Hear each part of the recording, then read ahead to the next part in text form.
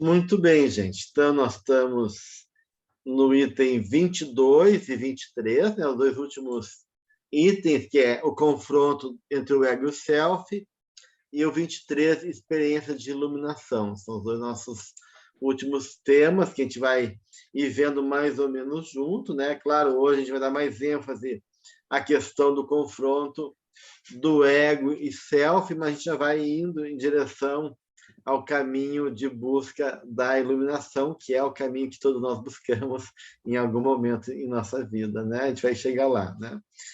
Muito bem. Então, é um tema que a gente já viu, de uma certa maneira, quando a gente trabalhou o conceito de self, de ego. Então, a gente passou um pouquinho por isso lá no introdutório, né? Mas a gente pode, né, rever. Então, a gente está trabalhando com dois centros, né? O centro da personalidade toda, que é o self, né? E o centro da consciência, que é o ego, né? De uma certa maneira. Então, a gente tem essas duas instâncias que operam na nossa vida psíquica, tendo o papel realmente de ser uma autoridade, né? De mediar as relações com o mundo, com o nosso mundo interno. Então, o ego tem esse papel na nossa vida, né? E que envolve a nossa imagem pessoal, né? Enquanto que o self é a totalidade, né, do nosso ser, e, ao mesmo tempo, é a nossa essência como espírito, que guarda a imagem viva de Deus em nós, né?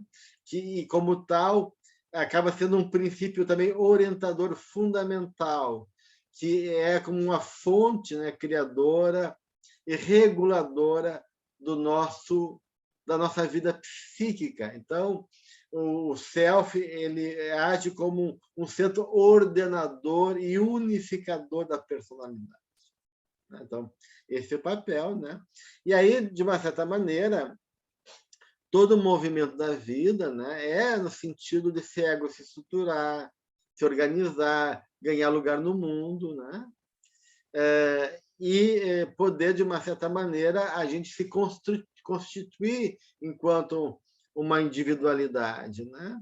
Então, o self, no primeiro momento, ele está mais recolhido, não menos ativo, mas mais recolhido, para que, de uma certa maneira, né, esse ego possa se organizar, né?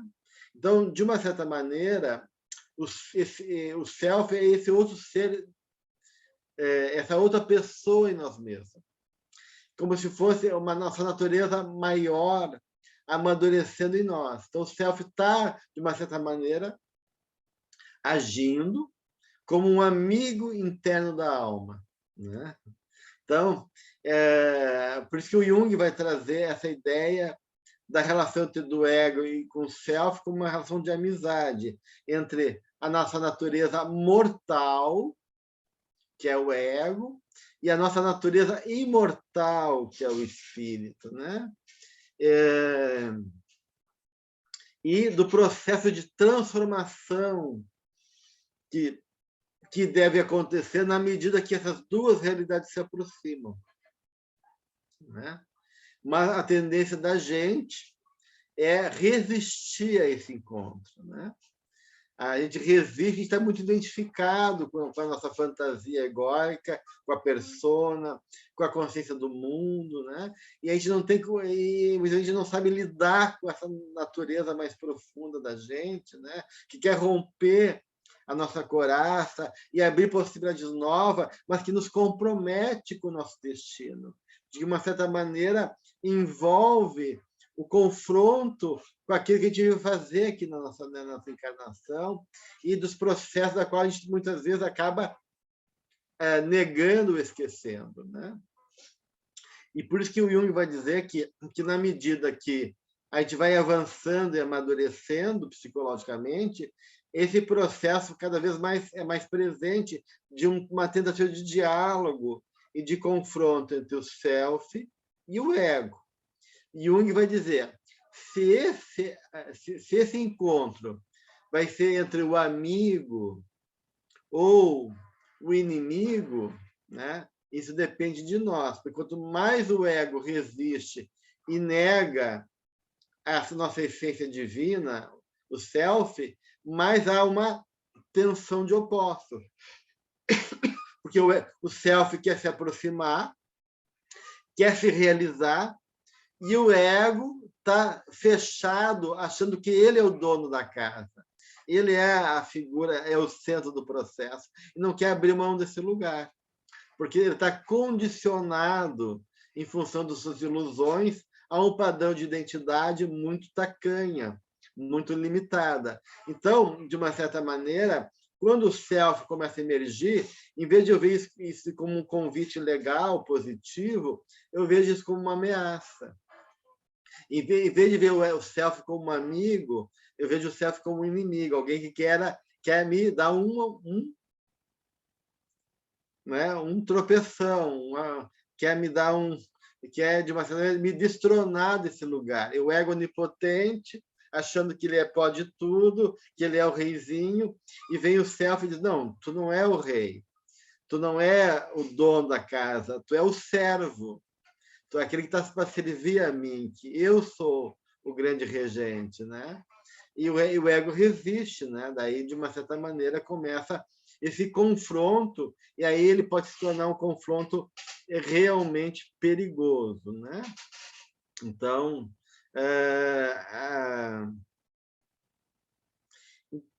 o Jung vai fazer exatamente, né, desse processo que vai acontecer, né? E que muitas vezes o ego quer esquivar, ou seja, tem esse movimento do self que quer se realizar, que se estende para todos os lados, ultrapassando a personalidade do ego, né? E, de uma certa maneira, essa natureza mais abrangente, que ora é mais clara, ora é mais escura, vai colocar, então, questões para o ego, né? Vai desafiar o ego, né? E aí que começa uma série de embates nesse processo, né? E aí, de uma certa maneira, as complicações inerentes disso. Então, a gente fala, assim, que o encontro e o confronto do self com o ego vai se dar em qualquer situação da vida. De qualquer maneira, pode ser uma coisa muito boa, um presente que o self me dá, né? Uma experiência de gratificação, onde eu me sinto mais inteiro, eu me sinto conectado com a vida, com a natureza, ou uma depressão, por exemplo. Uma depressão pode ser um momento de emergência do self, que colapsa com a persona, eu perco o chão que eu tinha e entro no vazio, que Joana vai falar muito bem isso, justamente no Psicologia da Gratidão, nos 2 últimos livros dela, né? Ela vai falar sobre isso, né? Em Busca da Verdade, e em Psicologia da Gratidão, o vazio como uma forma de encontro com o self. Então, o self tira a minha certeza para eu poder realmente quebrar minhas perninhas e encontrar novos caminhos. Mas como eu teimo e não abro espaço, eu fico, então, nesse processo de vazio e em crise, que muitas vezes pode ser visto como uma depressão, né? Então, as possibilidades do self se apresentar, ele é muito diverso, né? A gente tem lá no budismo o lado irado de Deus, né? Que o Deus irado, né? Então Deus pode mostrar sua face irada. Não que Deus seja terrível, mas nós vivemos a imagem de Deus como terrível. Por quê? Porque a gente teima insistir numa posição dogmática e a vida quer abrir possibilidades novas. E como a gente não abre espaço, há esse momento, então, de choque, de confronto do self com o ego, né? E muitas vezes um acidente terrível na nossa vida pode ser uma forma de chegar e o céu dizer, chega, Gel, chega com essa palhaçada. Vamos agora viver o que... Vamos dar uma parada na tua vida, tu vai ficar um tempo no hospital, né, meditando para retomar a tua vida depois num outro momento. Então, é isso que eu quero dizer, né, que a sabedoria do self que se manifesta nesses caminhos da vida pode se dar de maneira aparentemente negativa para o céu, para o ego, mas positiva para a alma, porque nem tudo que é bom para o ego é bom para a alma. Nem tudo que é ruim para o ego é ruim para a alma. Né? Então, tem algumas coisas desagradáveis para nós, mas que são necessárias para a nossa alma. Né? Então, isso pode acontecer. Né? Mas, de qualquer maneira, o Edinger ele vai colocar que esse processo, né, que envolve o encontro do ego com o self, ele vai chamar do arquétipo de Jó. Né? É o nome que ele vai dar para esse momento. Né? O arquétipo de Jó, que é o momento desse embate, né? Porque Jó representa esse momento onde ele é desafiado, né? A ser fiel a Deus, mesmo em qualquer circunstância. Né? Ele vai vivendo, né, toda uma... E o arquétipo de Jó, né? O Jung, na verdade, por uma curiosidade, Jung ele falou que foi um dos livros um dos mais importantes da vida dele e que ele não mudaria em nada. Ele falou que muitos textos dele ele poderia mudar, mas esse do Jó ele não mudaria em nada, né? E ele escreveu Jó num momento de febre, né? de crise de saúde, como se fosse uma imposição. Ele falou como se fosse um espírito pegasse pela nuca ele e impusesse aquele texto para ele. Né? Então, foi uma experiência forte. Né? E aí ele vai discutir justamente no texto de Jó essa questão aí desse confronto do ego com o self, tá, gente? E o nome do texto do livro do Jung é Resposta a Jó. Tá? E é um livro fantástico, que dá para estudar, assim, muito profundo, que não dá para ler com tão ligeiro, né? É um livro denso, mas muito profundo, né? Que tem muitas questões. Então, de uma certa maneira, o Edgar chama esse encontro do self com o ego de encontro com Jó. Por quê? Porque tem quatro níveis desse encontro. Né? Tem quatro possibilidades, quatro dimensões que vão se dando na medida que eu vou vivendo. Então, o primeiro estágio desse encontro é que esse encontro se manifesta na imagem de Deus, seja personificado simbolicamente, ou seja por um acontecimento. Então, essa experiência do self, ela pode se apresentar de várias formas, mas representa algo maior do que eu. Em algum momento, nós estamos sendo confrontados por algo que é maior do que eu. Seja um acontecimento da qual eu não tenho liberdade, da qual a vida impõe, seja uma experiência emocional, seja uma experiência simbólica, mas alguma coisa que representa essa imagem divina se se atravessa na minha vida. E todos nós, em algum momento da nossa existência, vamos passar por isso. De um jeito ou de outro. Tá? Bem, então, esse momento, né, de encontro vai gerar um segundo momento, que é a ferida ou sofrimento que o ego, que é imposta do ego por esse encontro. Então, esse encontro causa uma ferida no ego, causa um sofrimento.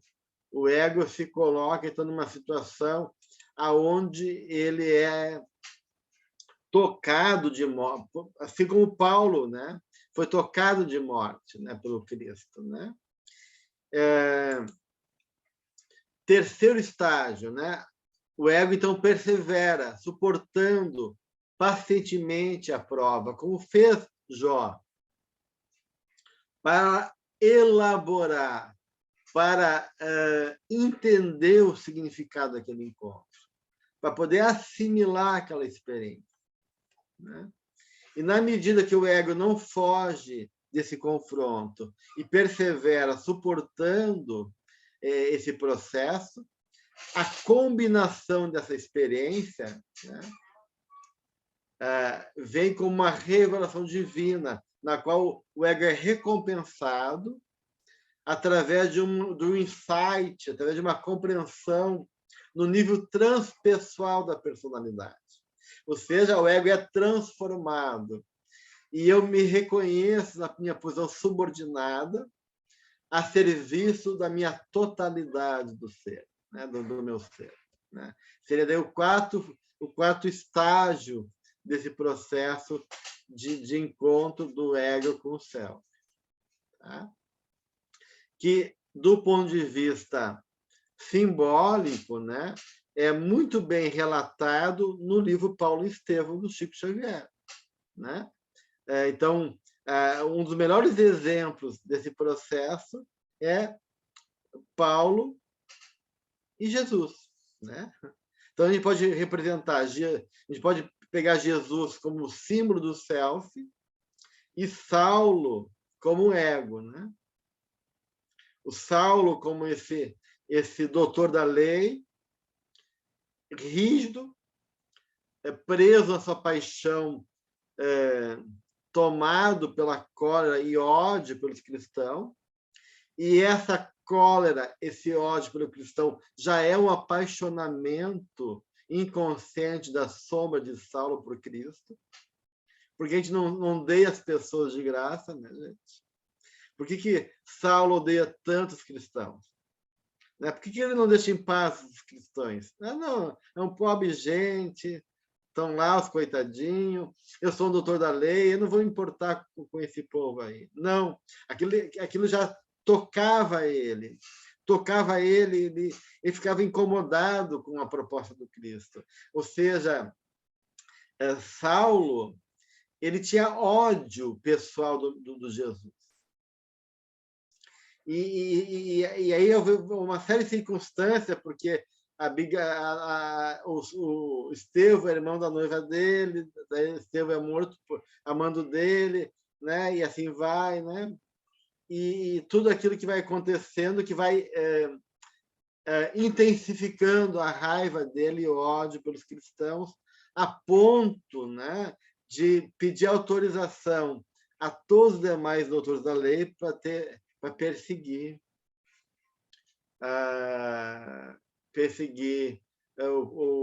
os cristãos, né? Abigail acaba morrendo, né? Se torna cristã também, né? Se afasta dele, então ele perde a amada dele também, então uma série de atravessamentos, ele vai botando a culpa em Cristo.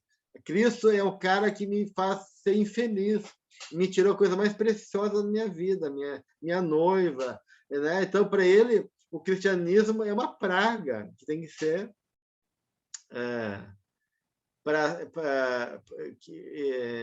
que ser exterminada, né? E quando ele vai conversar com Ananias questiona a motivação dele, porque Ananias percebe que a motivação dele não é pela lei judaica, é movido por interesse próprio, de ódio, né? E tanto é que Ananias diz para ele: olha, eu revisei todos os teus sagrados, né? E não encontrei nada que autoriza a castigar esses cristãos. Eles só fazem o bem, né? E aí o Saulo, tomado de indignação, diz: uma coisa é estudar a lei, outra coisa é defender a lei. Então, ele usa de um subterfúgio para justificar a perseguição dos cristãos, né? De punir, então, ir atrás dos cristãos e punir eles, né? Daí ele vai, né? E aí tem aquele momento, né, importante na estrada de Damasco, né? Ele vai tomado, respirando aquele sentimento de ameaça e morte contra os discípulos do Senhor, né? Vai movido por esse ódio, né? E segue, então, a caminho de Damasco, né? E aí, quando ele estava no meio do caminho, né, perto de Damasco, vem aquela luz do céu que brilha ao redor de Saulo, e ele é tomado por um estado de terror e de fascínio, porque a experiência luminosa do encontro com o self é exatamente o luminoso, é o que é terrível e fascinante ao mesmo tempo. Né? E é a experiência emocional da experiência religiosa. A religiosa é luminosa, é terrível, porque é maior do que eu, não cabe em mim, e é fascinante ao mesmo tempo. Né? Então, nesse momento que Jesus aparece para ele, ele cai por terra. Ele cai por terra e ouve a voz de Jesus. Saulo, por que me persegues? E aí Saulo pergunta, quem és tu, Senhor? E aí a resposta vem, essa voz diz, eu sou Jesus, a quem me persegue. Mas levanta-te e entra na cidade, onde te dirão o que te convém fazer. E nesse momento ele percebe que estava certo. Então, olha só que fantástico essa imagem, esse cenário de Saulo, né? Então, o encontro com o self é o encontro com a sombra também. Né? Não tem como ser diferente. Todo encontro com o self é também um encontro com a nossa sombra. Então, Saulo estava tomado pela cegueira onipotente dele, pelo fundamentalismo religioso, achando que ele estava na luz. Na verdade, como muita gente acha hoje em dia no mundo, seja no fundamentalismo religioso, político, assim por diante, né? Acha que está na luz, está na escuridão. Então, naquele momento que a luz verdadeira, que a luz de Jesus se apresenta para ele, ele ficou cego. Ele tem que reconhecer a cegueira espiritual e a escuridão que ele se encontrava. E ele cai do camelo, ou do cavalo, ou seja, ele fica de quatro, literalmente. Ele vai para o chão. Então, ele cai da sua onipotência egóica. Ele cai da sua soberba intelectual de doutor da lei e tem que, de uma certa maneira, então, ter essa derrota psicológica, essa derrota. Né? Então, quando Jesus se apresenta e diz, eu sou Jesus, né? O que Emmanuel comenta? Que aquele doutor inflexível e orgulhoso da lei se curva no solo em pranto convulsivo. E aí ele é ferido de morte, que ele mesmo vai dizer depois nas cartas dele, né? Eu fui ferido de morte pelo Cristo. Né? E é o momento mais importante da vida de Saulo, porque é a derrota de todos os princípios que sustentavam o espírito dele. Então, é um momento de morte mesmo, psicológico, terrível. É um momento de confronto total, né? Onde toda a certeza dele vai para água abaixo. Então, esse momento, ele realmente representa esse grande encontro entre o eu, Saulo, com a grande personalidade representada por Jesus. Né? E ele fica cego por 3 dias, né? E depois, né, gente, ele leva 3 anos no deserto se recuperando desse encontro. Não é uma semana, não é um mês, são 3 anos que ele tem que ficar lá tecendo o tapete, meditando, para poder assimilar a experiência de alguns segundos do encontro com Jesus. Olha só que forte, né?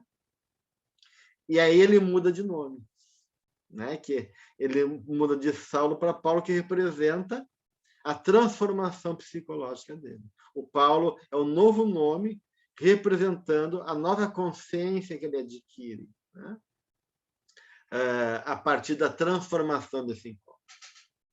Então, de um lado, a cegueira de Saulo, que enquanto Jesus demonstra psicologicamente e simbolicamente a sua cegueira espiritual e a sua inconsciência frente à realidade a que ele resistia. Aquele ódio era o fascínio pela vida de Cristo, a qual ele negava. E por isso que foi encontro com a luz e encontro com a sombra, né? Mas Saulo ainda teve um gesto de extrema humildade. Ele pergunta: Senhor, o que quereis que eu faça? Então, naquele momento, ele reconhece que ele é o menor, que ele é o pequeno e que Jesus é o grande. Então, nesse momento, aquela alma resoluta de Emmanuel, mesmo nesse transe de capitulação incondicional, humilhada e ferida nos seus princípios, que ele tinha como uma verdade absoluta, dá a mostra da sua nobreza e da sua lealdade. E ele aceita, então, intimamente Jesus. E por isso que ele não responde mais pelo nome antigo de Saulo. Ele começa a se chamar Paulo, que psicologicamente representa a transformação radical de uma nova identidade que começa a nascer a partir do encontro com Jesus. E ele vai, então, dizer, né, em Filipenses, né, nas cartas Romanos, que ele é um escravo do Cristo. Né? Na carta aos Romanos e aos Filipenses, ele começa dizendo, né, que ele é escravo do Cristo, prisioneiro do Cristo, ou cativo, ou pego por Cristo. São termos que o Paulo usa nas cartas dele. Né? Em Gálatas, né, no capítulo 2, versículo 19, ele diz: porque eu, mediante a própria lei, morri para a lei, a fim de viver para Deus. Estou crucificado com Cristo, diz o Paulo. Né? Então, você vê a mudança que aconteceu dentro dele. Então, isso é uma ideia, né, gente? Desse processo de confronto que vai acontecendo na medida que a gente vai... Claro, a história de Paulo dá uma ideia muito bonita e intensa desse encontro, mas todos nós, em alguma medida, também vamos ter esse momento crucial na nossa vida desse confronto entre o nosso ego com o self. Muito bem. Vamos ver algumas questões do capítulo. Alguém tem, ou em cima disso que eu estou trazendo. A Vânia tinha algumas questões, né, Vânia? Tu quer trazer para o grupo, para a gente poder... Sim. Boa noite para todos. Boa noite, Gelson. E feliz ano novo, né? Então, eu tenho aqui algumas perguntas com a Patrícia. A primeira pergunta é com relação ao capítulo 4, na introdução. No meu livro, é a página 75, tá? Onde ele fala sobre o arquétipo primordial.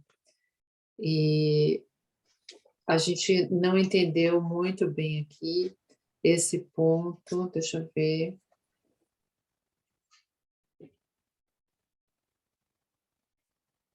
Um momentinho, espera um pouquinho que eu fiz aqui algumas anotações. Então, vou começar com outra pergunta, peraí.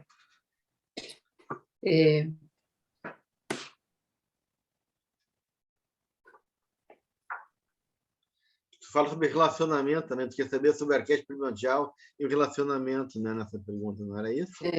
Então, é porque eu imprimi aqui, agora fiquei meio confusa, mas é exato, os relacionamentos desenvolvem a capacidade de crescimento e de compreensão do sentido existencial, assim como da necessidade de alcançar-se os objetivos anelados, né? Então, assim, ó, essa passagem aí que a Vânia está trazendo, a Joana está falando dessa integração ao arquétipo primordial, que é Deus. Né? Então, o arquétipo primordial é um sinônimo de Deus e do espírito perder a sua consciência, não a consciência do self, mas a consciência egóica, individual, com o objetivo de uma comunhão com a divindade, né?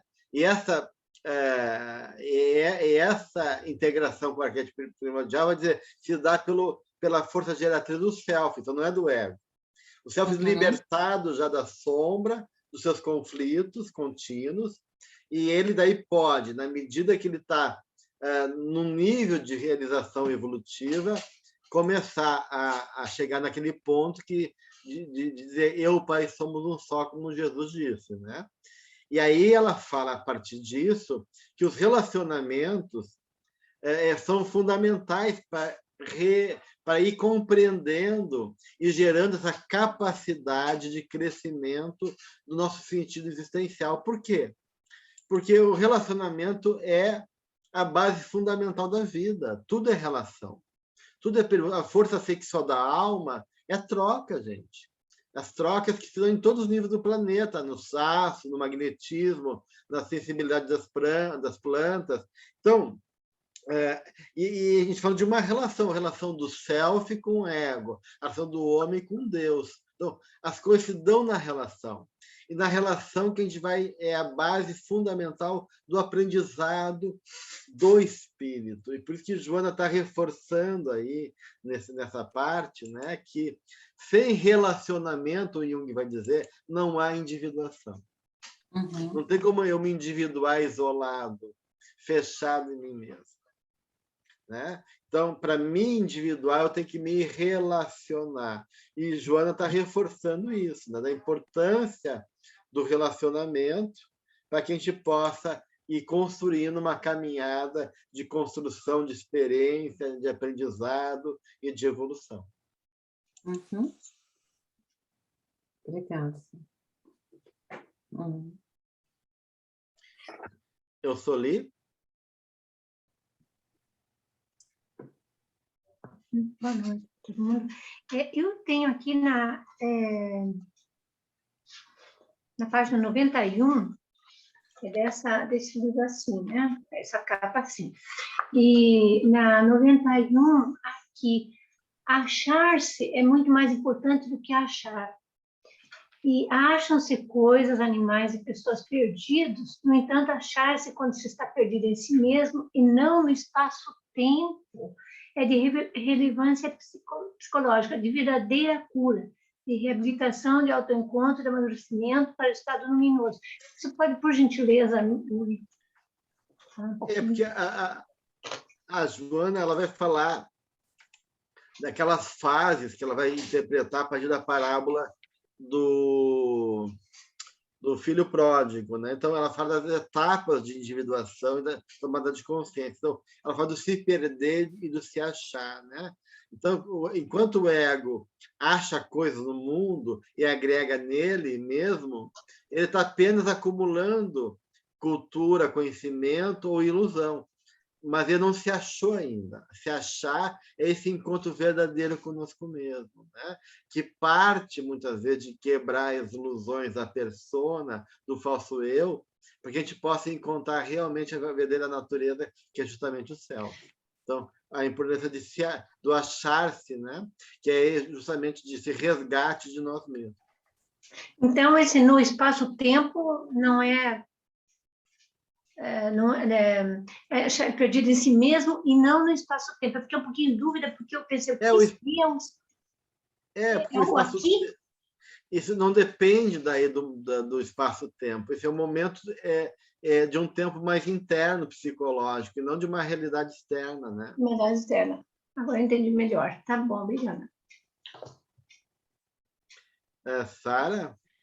Queria só, indo na carona da Vânia, perguntar para você, você falou dos relacionamentos, mas relacionamentos você quer dizer em geral, né? Não só de homem com mulher. Não, relacionamento com a planta, com a natureza, com tudo. Com Deus, com tá. os outros, com tudo. Só isso. Tá bom, obrigada. Muito obrigada. Muito bem. Giza?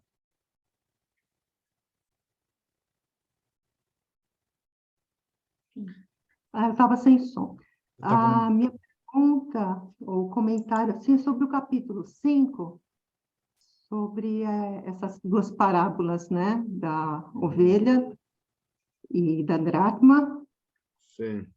E aí, na página 104, no meu livro, ela fala que sobre a libido, né? Ela coloca, para muitos pacientes, libido é a alma da vida, utilizando-se de toda a sua pujança para a autorrealização.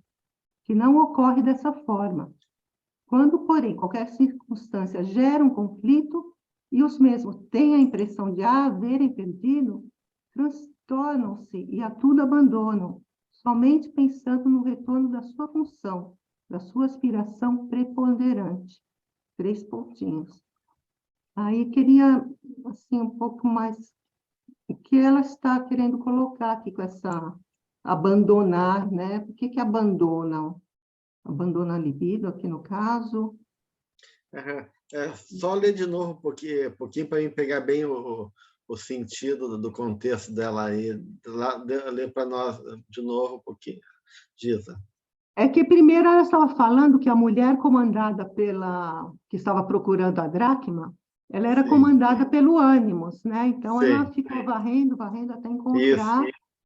E então ela conseguiu acender uma candeia por a luz, né?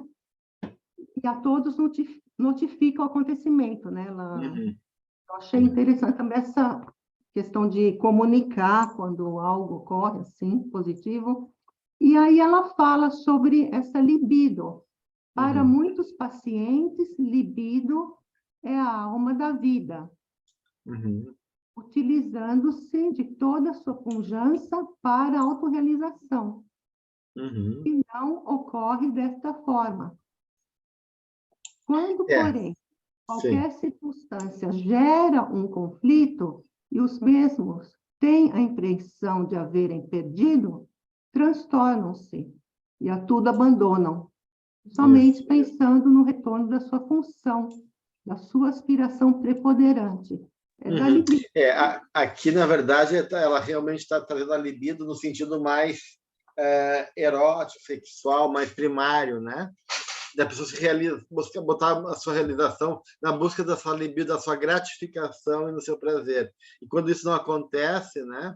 Ela perde o sentido da vida e isso gera conflito, né? Então, é nesse sentido que ela está colocando aí, né? Porque a libido não necessariamente seja inerentemente sexual, mas aqui ela está pegando mais no sentido mais primitivo do termo libido. Obrigada. Da gratificação, né, imediata da libido. O que mais, gente? Silvia? Alô, Gelson. Alô a todos. Eu queria, na passagem do livro do Ego e Self, a Joana diz assim, que cair em si é o primeiro passo para a alma doente. E ela vai dizendo, se tornar consciente, portanto, é um caminho da conversão, um retorno a alguma coisa nova, ou a descoberta de um valor que já tínhamos e tínhamos perdido. Então, ela diz, ela continua dizendo assim, a procura do Cristo interno é de importância relevante, é o esforço que faz para a gente conseguir a superconsciência. E é a reintegração. Eu botei uma nota aqui, que é a reintegração do ego, que é o alcance da integração do ego e self. E a Joana, inclusive, disse, alcançar a individuação. Esse processo de procurar o Cristo em si mesmo, porque ela faz esse caminho, de certa forma, falando coisa talvez a gente tinha e perdeu. Seria a superconsciência, seria o quê?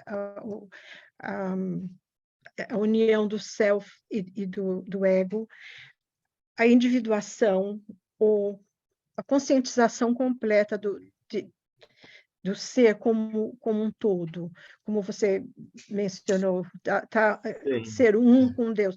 Porque o Paulo, aquele que você estava falando, o Paulo diz, não sou mais eu que vivo, mas é o Cristo que vive em mim. Seria essa coordenação entre uma coisa e outra?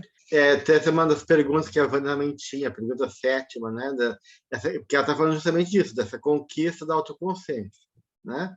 A autoconsciência, né? Ou seja, eu tomar consciência de mim mesmo, e essa autoconsciência não é uma consciência só de mim mesmo, é um processo todo que é a realização do meu ser. Então, o cair em si é o primeiro estágio da autoconsciência, né? Então, ela fala assim, que a conquista da autoconsciência inicia no cair em si. Através do quê? Do sofrimento, geralmente. Porque o sofrimento gera, né, esse embate, né? E vai desencadear a necessidade de eu poder rever as minhas questões e olhar para mim mesmo, né? A esse autoencontro profundo que ela coloca, né?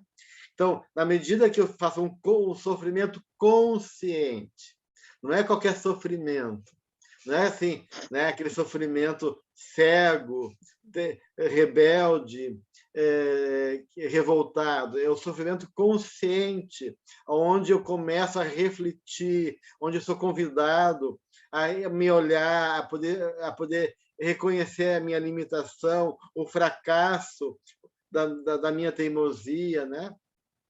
Então, esse cair em si vai abrindo espaço para que eu possa, com o tempo, fazer esse movimento de encontro com o Cristo interno. Que o Cristo interno é a potencialidade divina, né, da perfeição dentro de mim, né? E aí, justamente, chegar nesse estágio, né, Silvia, de plenitude, da totalidade do meu ser, nessa condição daí de libertação das ilusões, todas as minhas dimensões mais pequenas e limitadas do ser, né, e do ego, daí para uma condição daí de uma consciência realmente, né, iluminada, né? Então seria isso. E esse é um processo de várias encarnações do espírito, não? Várias encarnações, não é? Né? Claro. Então não vai ser amanhã que eu encontrar o Cristo dentro de mim. Assim, né? Agora, o processo de cada um é muito próprio, né? Às vezes pode vir como um raio que pluft, né?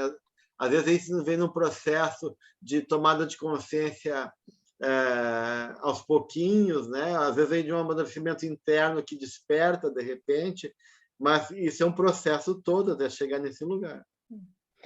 Por exemplo, seria, desculpe, só fazendo outra pergunta, seria, por exemplo, um processo de você descobrir dentro de você, nas ações normais do dia a dia, em se relacionando com outras pessoas, você descobrir dentro de você um certo nível de bondade, que uma ação de bondade espontânea que sai sem a gente perceber. Seria isso já, talvez, parte desse processo de abertura? Desse encontro? Com certeza. A bondade já é uma experiência de valores do self, né? Valores espirituais que já sustentam a tua vida, então tu não está mais preso à necessidade só egóica de poder, de conquistar, de afirmar a tua necessidade, mas pode abrir mão de si em favor do outro, né? Então, com certeza, já é um movimento. Porque, por exemplo, esse confronto que você disse, que você falou, inclusive, que é perigo esse confronto entre self. Quer dizer, de certa forma, às vezes é possível que, por exemplo, a consciência já esteja aberta, já tem uma certa consciência de si, mas a gente ainda se segura, o ego ainda te prende, ou a gente se entrega ao ego, não pode também, para não fazer as modificações necessárias. Pode ser isso também? Sim, até porque é um processo que todos vão passar. Pode ser o Francisco de Assis, né? Quando ele era jovem, ele ainda estava confuso, né? Qual é o rei que tem que servir? Então, tem um momento que a gente não tem ainda a noção das coisas, até o self poder emergir, né? Então, de uma certa maneira, às vezes não necessariamente seja uma resistência do ego, né? Mas seja um momento ainda onde a minha personalidade não está pronta ainda para a emergência do self, né? Mas é importante que quando o self emerja, eu saber quem eu sou e o que eu vim fazer aqui, né? E aí alguns espíritos têm consciência disso, né? Às vezes o espírito é pequenininho, está lá vivendo as neuroses da família, mas ele não perdeu a consciência interna. Ele sabe do por que veio, ele não se perdeu e outros vão se perdendo, né? Então isso tem a ver com o processo de cada pessoa daí. Quer dizer, tem talvez também a ver com um trabalho, uma missão que a gente veio fazer. Eu estava pensando, por exemplo, na rainha, que ela faleceu em setembro, a Rainha Elizabeth. Quando ela fez 21 anos, ela fez aquela promessa que a vida toda dela ia ser para serviço das pessoas. E foi uma coisa que, se a vida dela fosse curta ou longa, quer dizer, de certa forma, já é uma certa consciência aberta de ser uma coisa que você já sabe que você está se entregando a um trabalho. Seria também uma coisa assim, não é? Com certeza. Tá ok, obrigada, Jason. Obrigado, gente. Muito bem. Mais alguém? Vânia, tu tinha mais uma questão? Tenho. Sim, seria a segunda pergunta. Agora achei tudo aqui. Na página 76, né? No capítulo 4, na página 76, ela diz assim: a criança que existe em todos inevitavelmente cresce e desenvolve a capacidade de entendimento, a necessidade de libertação, a busca do si mesmo, a aventura que lhe dá experiência, a fim de realizar mais tarde a volta para casa. Então, ocorre a primeira mudança na psique coletiva porque sucedeu a mudança individual, o crescimento do ser, a alteração do inconsciente avançando para Deus com a inevitável modificação das construções do mundo psíquico. Então, nesse retorno não existe a culpa, mas a consciência, pois que ambas surgiram ao mesmo tempo desde que Adão e Eva foram expulsos do paraíso. Então, será que você poderia, Gels, comentar aqui esse ponto com relação à culpa e à consciência, por favor? Sim. Porque, de uma certa maneira, né, a culpa e a consciência são aspectos da mesma realidade, né? Que quando tu toma consciência, né, tu se compromete, né, contigo mesmo, com a lei, com a vida. Tu está falando de uma responsabilidade, né? E a culpa é quando eu me sinto responsável por algo negativo, né? Eu me equivoquei, eu me penitencio. Então, quando a culpa, no primeiro estágio, né, a Joana fala, é a culpa que muitas vezes se coloca, né? Porque a culpa ainda é um estágio de não maturidade psicológica, né? A culpa é uma defesa contra a responsabilidade, ou é uma onipotência do ego que ainda não reconhece a sua pequenez e poder aceitar o seu limite. Então, por isso que ela fala que, na medida que a criança vai crescendo e vai se tornando um adulto, né, e até chegar ao contato com o self, aquilo que ela traz dentro dela, ela volta para casa, ou seja, ela volta para aquela realidade que trouxe ela para esse mundo. A minha memória original antes de reencarnar, meu script, né? E aí, de uma certa maneira, eu saio da persona, da mudança da psique coletiva, né? Porque acontece uma mudança individual no meu ser, né? E aí eu avanço para a minha essência e para Deus, né?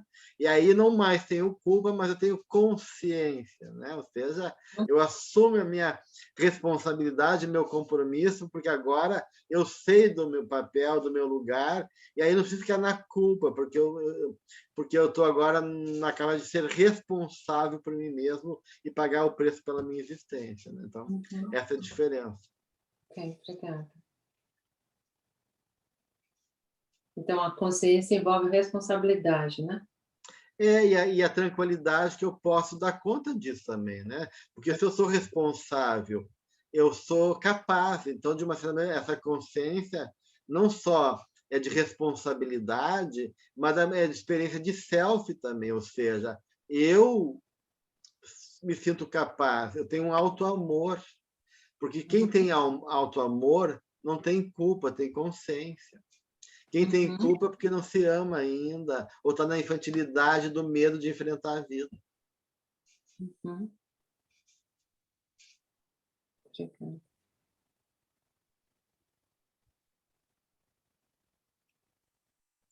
Sim, eu sou lindo.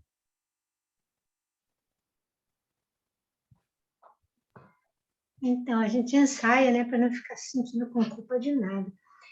A gente até pensa assim, puxa, será que eu sou sem vergonha? Eu não tenho, me sinto Tô aqui, eu estou brincando. É aqui, ó. Nessa parte aqui, eu realmente eu ia perguntar, mas eu não estava conseguindo encontrar. E agora eu encontrei. Entretanto, o meu livro é o número 95, sabe? Não, ele é diferente do de vocês, então. Ele é o Em Busca da Verdade, mas na página 95. À medida, porém, que a pessoa se fortalece, ampliando a capacidade de compreensão e identificação, torna-se maleável, submetendo-se às necessárias mudanças. Até aí eu compreendi. Mas e daqui? Fundindo os dois eus, que daí é o antes e o depois. Há, entretanto, indivíduos com uma tal carga de energia da sombra, que não conseguem a aceitação nem seus erros pela persona, aceitação dos seus erros pela persona, tornando-se uma questão patológica necessitada de terapia especializada. Isso aí é uma neurose levada ao extremo? O que é isso? E aqui eu estou assim, continuando. Essa conduta antinômica é o resultado dos instintos ainda dominantes na psique, herança poderosa da natureza animal do ser em relação à sua natureza espiritual, a sua origem no uno. Então, por gentileza, você pode me dar uma... Porque parece que isso aqui é coisa patológica mesmo, né? Pode ser ou não. Está falando de uma patologia mais espiritual do que provavelmente psicológica, né? Então, das pessoas ainda presas numa inconsciência, né? Que não consegue daí sair dessa sombra, dessa natureza mais animal ainda, que está num nível de funcionamento, né? Muito ainda tosco, essa consciência de sono, né? E presa daí, ou nas questões coletivas, ou nas questões de satisfação primária, né? Do desejo muito fisiológico, né? E aí ficam identificados com essa sombra, né? Ou vivendo nesse nível mais rasteiro, né? Então, ela está falando sobre isso, basicamente. E se ela dizer, e se essa pessoa... Daí não consegue integrar, né? Que não faz consciência. E se essa pessoa desencarna numa situação assim, como é que fica? Ela vai continuar nessa... Pode continuar nessa ali. Não é uma garantia, né? A desencarno é uma possibilidade de despertar, né? Mas não é uma garantia, né? Obrigada, Ana. Mais alguma coisa, gente? Antes de fechar o nosso estudo de hoje, mais alguém quer colocar alguma coisa? Se não tiver ninguém, eu pergunto. Pode ser a última pergunta, então, Vânia. Tá. Não sei se é bem aí nesse mesmo lugar que a Eusoli está. O meu livro é na página 82. Ela fala... É a minha terceira pergunta da lista, né, Gelson? Ela fala sobre a persona, né? Ela fala que nesse sair de si mesmo, diz que a persona é o contrário da sombra, né? O Jung considerou que a persona e a sombra são opostos, né? Então, aí ela vai dizer que a gente deve considerar as ocorrências negativas e perturbadoras como naturais, sem os constrangimentos nem a vergonha das manifestações pessoais que são tidas por perversas e demoníacas. Como esse lado não está de acordo com a persona, a aparência que se mantém, surgem os problemas interiores, os conflitos que devem ser evitados, tendo-se em vista que esse aparente mal, desde que não prejudique a outrem, é também responsável por muitos acontecimentos bons, por momentos de bem-estar e de alegria. Como é que isso pode acontecer, Gel? Ela está relativizando aqui, né, Vânia, a moral coletiva. Existe uma moral coletiva presa na persona, né? E aí as pessoas que não estão de acordo com a moral coletiva vão entrar em conflito, porque elas estão sendo acusadas, né? Ou porque tem a moral internalizada, elas entram em conflito com ela mesma, ou porque o mundo condena ela.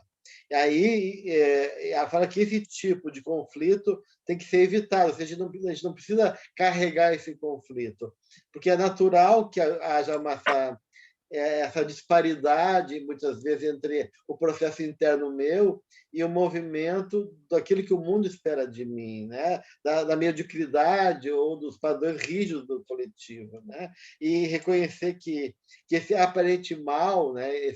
Essa visão negativa que as pessoas têm de ti, né? Se não está prejudicando os outros, pode ser uma coisa necessária que faz parte do teu processo e que pode levar ao crescimento e até o bem-estar e trazer também alegria, né? Mesmo que o mundo acha que isso não é o certo, né? Então, está relativizando aí a moral coletiva. Ok, obrigada. Muito bem, gente. Sim, porque isso o Jung vai falar muito, né? Que muitas vezes a gente tem que fazer uma decisão pela nossa consciência individual e essa decisão muitas vezes fere a moral coletiva, né? Aquele santo suíço, né? Van der Laan, algumas coisas, quem é da Suíça talvez saiba, né? Ele abandonou mulher e filhos, né? Então, para a moral coletiva parecia uma coisa, né, feia. Puxa, um cara, como é que vai abandonar mulher e filho? Mas ele se tornou um santo, né, a partir disso, né? Porque, de uma certa maneira, talvez ele tinha um compromisso maior com a missão dele, se desfiou, e aí ele estava resgatando o caminho que ele se perdeu, e aí ele se tornou, para os olhos de Deus, um bom servidor, para os olhos do mundo, um cara feio, porque abandonou a vida, né? Então, as coisas são muito... Do ponto de vista espiritual, as coisas nem sempre correspondem ao que o mundo espera, o que o mundo entende do que seja melhor, né? Aqui a gente já falou antes, o que pode ser bom para o mundo pode ser mal para a alma, né? O que pode ser bom para a alma pode ser ruim para o mundo. Então a gente vai desagradar o mundo, mas agrada também ao nosso compromisso de individuação. Tá bom, gente?